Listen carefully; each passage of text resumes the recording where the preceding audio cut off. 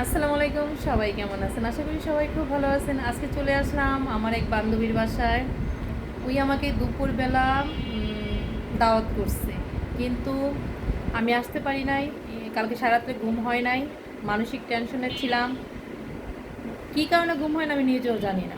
যাই হোক, তারপরে চিন্তা করলাম কী করবো, ওই আমাকে বারবার ফোন দিচ্ছে, তাই ওর বাসায় চট করে চলে আসলাম বিকেলবেলা। এখন তো সন্ধ্যা 7:30 বাজে। আমি ওর বাসায় আসছি। বলো তো সুন্দরী। তো দেরি করে আসছে কেন? তোমার তো বিচার করা উচিত। খবরদার।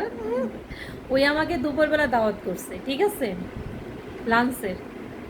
তাই এখন আমি চিন্তা করব কি করব, যে আরেকদিন আসবো। ওকে ঘুরাইতে ঘুরাইতে ওইদিকে আমার ফোনই কেটে দিচ্ছে জিদ্দের ঠেলায়। তারপর ওর মন রক্ষা করার জন্য অবশ্যই আমাকে আসতে হইলো, এই জন্য আসছি। ঠিক আছে না? হ্যাঁ, ঠিক আছে। না আসলে তোমার খবর ছিল আরো বেশি। এই যে ওর বাসা অনেক সুন্দর। আসছি, তাও 1 ঘন্টা হয়ে গেছে। চলে যাব একটু পরেই। আমরা আসবো। এটা হলো ওর বাসা। ওর বাসা অনেক সুন্দর, ফ্ল্যাট অনেক বড়।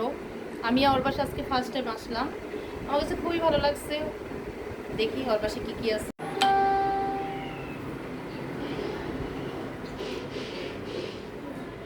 ও অনেক দিন বলছে আমাকে আসার জন্য, কিন্তু আমি তো সময় পাই নাই, এই জন্য আসতে পারি নাই। আজকেই চলে আসলাম। কি সুন্দর করে ঘরটা সাজিয়েছে, অথচ আমি।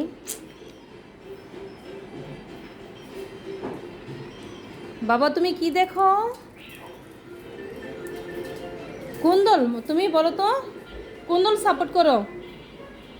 আসো, কোন দল সাপোর্ট করো? কোন দল সাপোর্ট করো তুমি জি বলো? হ্যাঁ, বলো কোন আসে? দল সাপোর্ট করো?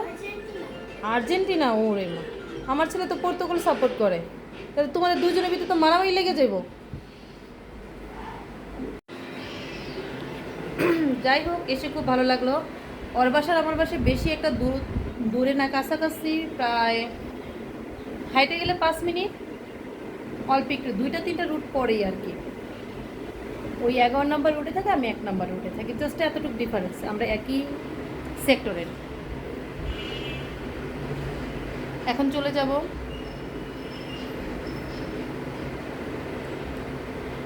আর আমি আজকে বাসার ড্রেস পরে চলে আসছি, যেহেতু মানে গরম, এনার্জি না, আর পাশাপাশি বাসা কি করব, তাই চিন্তা করলাম ঘরে ড্রেস পরেই বের হয়ে গেছি আর কি।